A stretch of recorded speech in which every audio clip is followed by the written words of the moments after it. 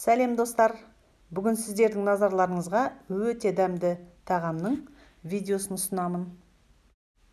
Бұл тағамды талай жыл көрші болып тұрған ұлты неміс Мелита әжей көрсетіп үйретіп кеткен болатын. Дәл қазір сол тағамды сіздердің алдарыңызда еш өзгеріссіз дайындап беруге тырысамын. Ал ендеше бастайын. Табаны отқа қойып қыздырып, ішіне май салып ерітіп аламын. Қызып тұрған майға ұсақтап туралған етті салып, бұл жерде жылқының еті, жақсылап араластырып аламын.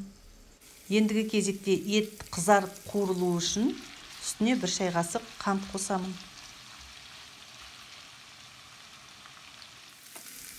Көріп тұрғандарыңыздай ет әдемі қуырылды. Енді осының үстіне пияз қосамын.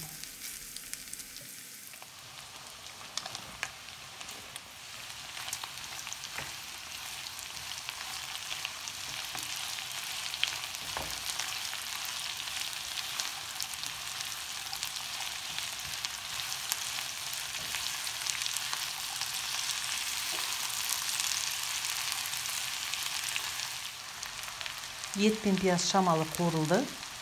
Енді сәбізді қосамын. Бәрін жақсылап араластырып, 2-3 минут қуырып аламын.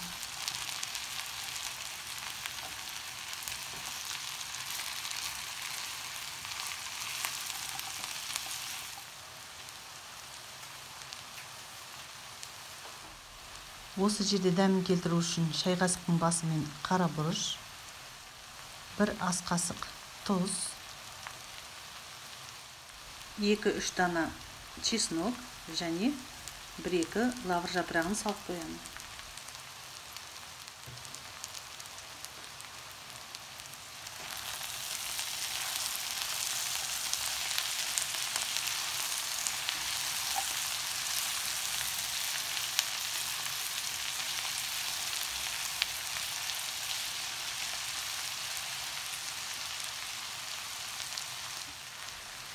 Енді мұздатылған қызанақ пен болгар бұрышының қоспасын салып жіберемін.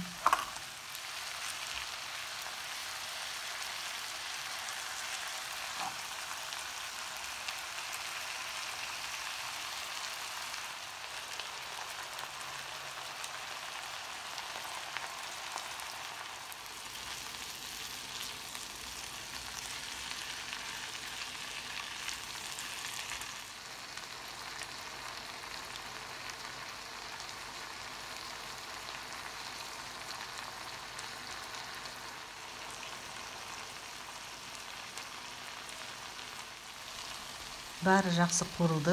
Енді үстіне жарты литр су құйып, қақпағын жауып, баяу отта жарты сағат бұқтырып аламын.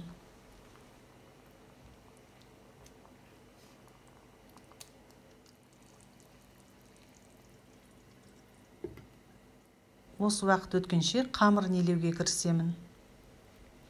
Ол үшін 200 мл жылы суға 1 шай қасық дрожжи, 1 шай қасық қант, 1 шай қасық тұз қосып, бәрі ерігенше жақсылап араластырып аламын.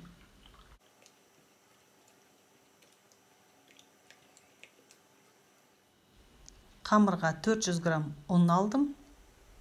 Оны илеуіштен өткізіп алу керек міндетті түрде. 1 жұмыртқа қосып, тығыздау етіп қамыр илеймін.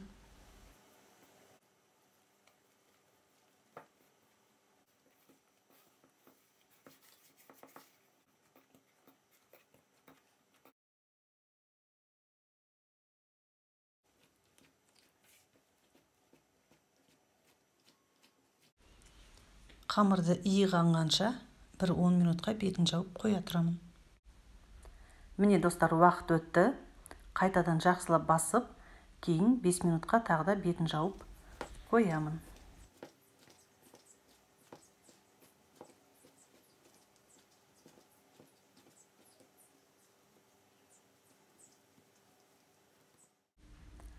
Енді бұл дайын болғанша қамырдың арасына жағатын майды езіп аламын.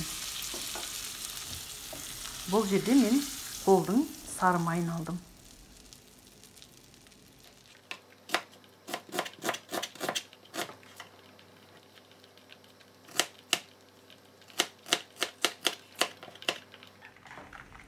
Май еріді. Енді осының үстіне пиязды саламын.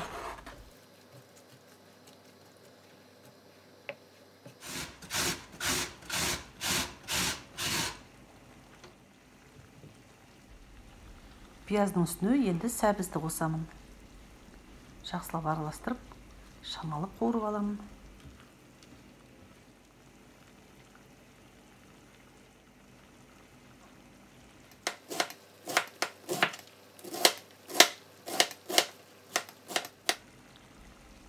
Ең соңында туралған капуста қосылады.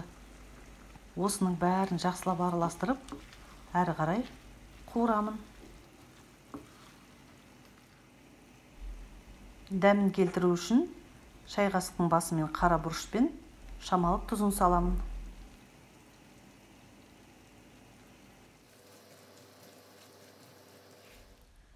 Бетін жауып, баяу отта 10 минут бұқтырып аламын. Міне начинка дайын болды. Енді ол әбден суығанша қамырын есуге кірісемін.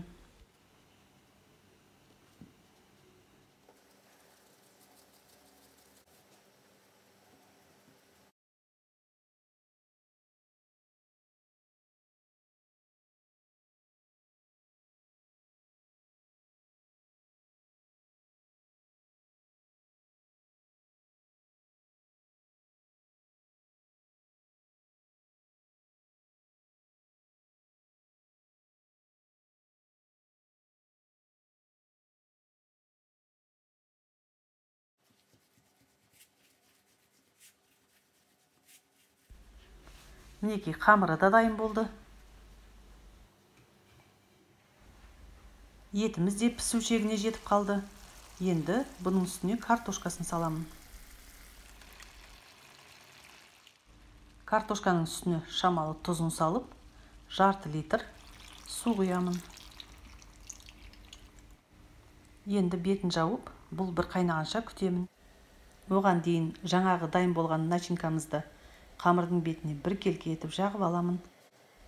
Енді дәл осылай бір шетінен бастап домалатып орап аламын. Дайын болған рулетті бір келке етіп турап шығамын. Начинкасы мен қамыр дайын болды. Енді картошканың бетін жауып, қамырды салып шығамын.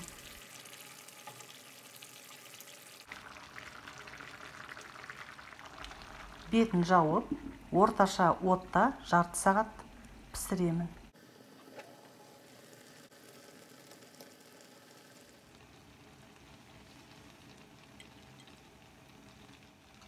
Уақыт өтті, тағам дайын болды.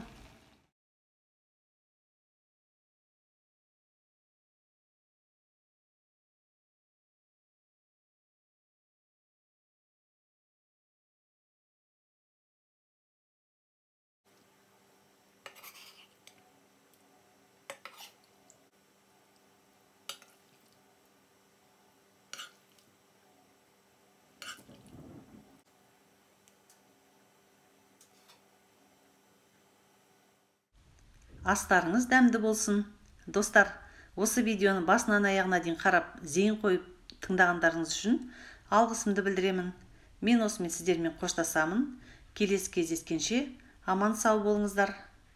Айтпақшы, осы жерде тағы да қайталап айта кетейін. Видео ұнап жатса лайк, ұнамай жатса дизлайк басып, комментарий жазуды ұмытпаңыздар.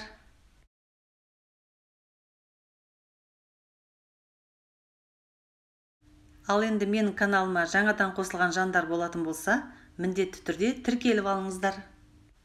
Алла бұйыртса, алдағы уақытта әлі талай пайдалы видеолармен бөлісетін боламын. Сондықтан қалыс қалып қоймаңыздар.